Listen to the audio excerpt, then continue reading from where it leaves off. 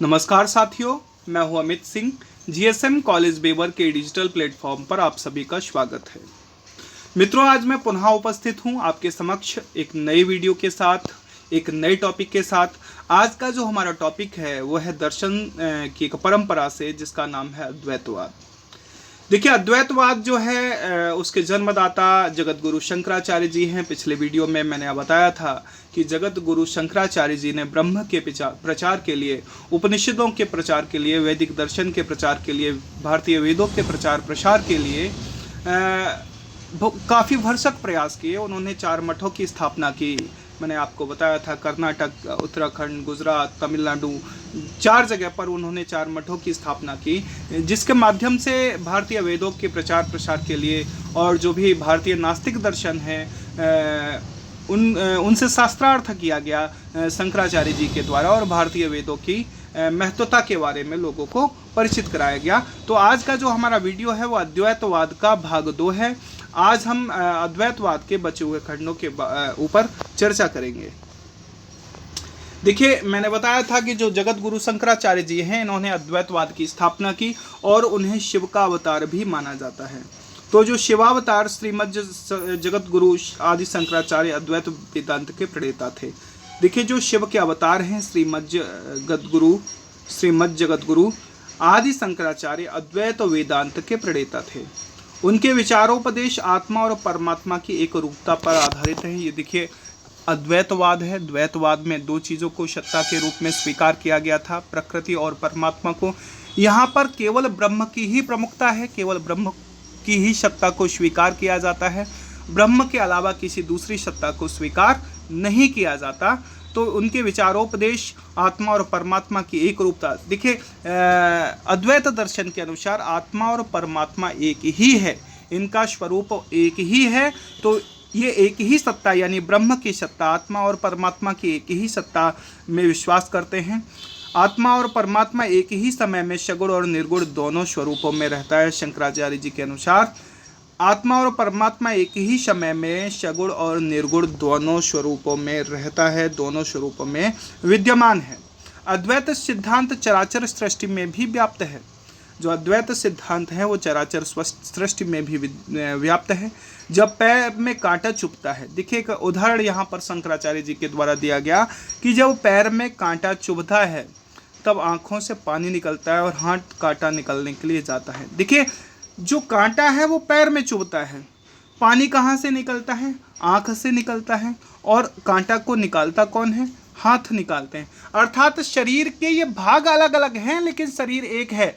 कांटा पैर में चुभा, कष्ट आँख को भी हुआ, कष्ट हाथ को भी हुआ, क्योंकि पैर में कांटा चुभा, आँख से पानी निकला, अर्थात आँख को भी कष्ट हुआ। आँख भी वही है जो पैर है, उसी का भाग है आँख।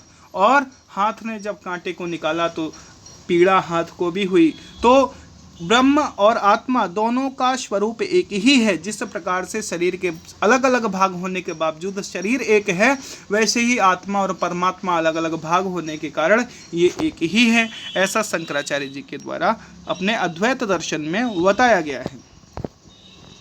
देखिए, सबसे महत्वपूर्ण जो बात है अद्वैतवाद की, अद्वैतवाद पूर्णतः एक सूक्ति के ऊपर आधारित है। अहम ब्रह्मास्मि, अर्थात मैं ही ब्रह्म हूँ। अहम ब्रह्मास्मि, मैं ही ब्रह्म हूँ। और उसके बाद ब्रह्म सत्य जगत मिथ्या। ब्रह्म है वो सत्य है और जगत जो है वो मिथ्या है, यानी झूठ है। शंकराचार्य जी मानते हैं कि संसार में ब्रह्म ही सत्य है। जो ब्रह्म है वही सत्य है, वही सत्य है, बाकी सब झूठ है, मिथ्या है। जीव केवल अज्ञान के कारण ही ब्रह्म को नहीं जान पाता।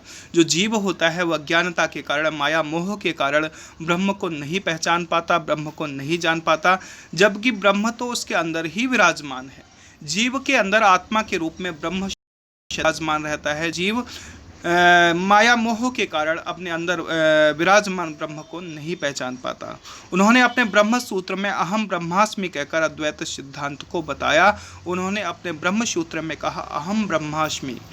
कहकर अपने अद्वैत के सिद्धांत को बताया। अहम ब्रह्मास्मि का मतलब है मैं ही ब्रह्म हूँ, अर्थात ब्रह्म कहीं दूसरी जगह नहीं है, मेरे अंदर ही ईश्वर है, अर्थात मैं ही ईश्वर हूँ। आप ब्रह्म को ढूंढने के लिए कहीं बाहर मत जाइए, आप स्वयं के बारे में जान लीजिए, अपनी आत्मा के बारे में जान लीजिए, आत्मज्ञान प्राप्त कर लीजिए, आप ब्रह्म के बारे में पता आपको लग जाएगा। अर्थात अहम ब्रह्मास्मि, मैं ही ब्रह्म हूँ। इसके बाद जगत मिथ्या। अद्वैत मत के अनुसार जगत मिथ्या है, जो संसार है वो झूठा है, मिथ्या है।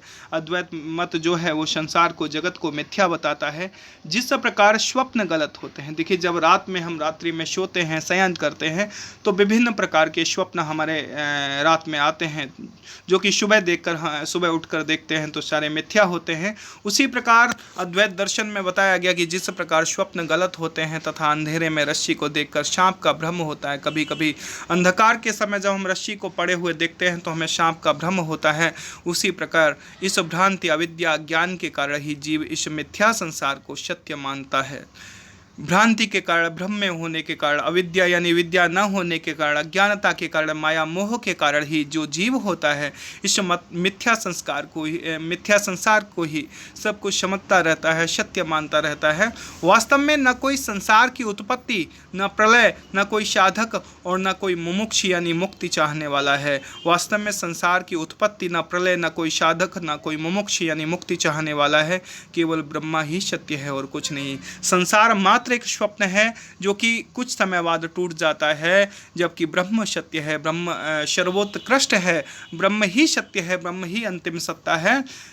संसार पूर्णतः मिथ्या है। बात करते हैं माया के स्वरूप की। अद्वैत मत के अनुसार माया के संबंध से ही ब्रह्मा जीव कहलाता है। अद्वैत मत के अनुसार माया के संबंध से ही जो ब्रह्म है वो जीव कहलाता है। माया से जब व्यक्ति संलिप्त हो जाता है, माया से जब ग्रसित हो जाता है, तो जो ब्रह्म है वो ब्रह्म अपने आत्मा रूपी ब्रह्म को भूल जाता है और जीव कहलाता है। यह माया उपाधि अनादिकाल से ही ब्रह्मा को लगी हुई है, ब्रह्मा को घेरे हुए है, आत्मा को घेरे हुए है, जो आत्मज्ञान को प्राप्त नहीं करने देती और जीव को माया मोह में स्नेह रहती है, जीव को माया मोह में संलिप्त रखती है और इसी कारण जीव अपने ब्रह्म को नहीं समझ पाता, ब्रह्म के बारे में ज्ञान नहीं प्राप्त कर पाता और इस अविद्या के कारण ही जीव अपने आप को ब्रह्म से भिन्न समझता रहता है। और इसी अविद्या के कारण, इसी ज्ञानहीनता के कारण जो जीव है वो अपने आप को ब्रह्म से अलग समझता रहता है, वह अहम ब्रह्मास्मि को नहीं समझ पाता। ऐसा शंकराचार्य जी के द्वारा अद्वैत दर्शन में बताया गया है कि इस अविद्या के कारण, इस माया मोह के कारण जो जीव है वो आत्म रूप को स्वीकार नहीं कर पाता, अपने आत्म शक्ति को, अपने आत्मा ब्रह्म को नहीं समझ पाता और ब्रह्म से स्वयं को भिन्न समझता रहता है। स्वामी शंकराचार्य जी के अनुसार माया को परमेश्वर की शक्ति, जो माया है उसको परमेश्वर की शक्ति, त्रिगुणात्मिकता, अनादि रूपा, अविद्या का नाम दिया गया है। जो माया है उसे परमेश्वर की शक्ति, त्रिगुणात्मिकता, अनादि रूपा, अविद्या, अविद्या देखिए जो विद्याहीनता है, जो व्यक्ति को वास्तविक ज्ञान से दूर रखती है, उसे अविद्या के नाम से जाना गया है। और अविद्या ही माया है जो जीव को ब्रह्म से दूर रखती है, जीव को ब्रह्म से परे रखती है।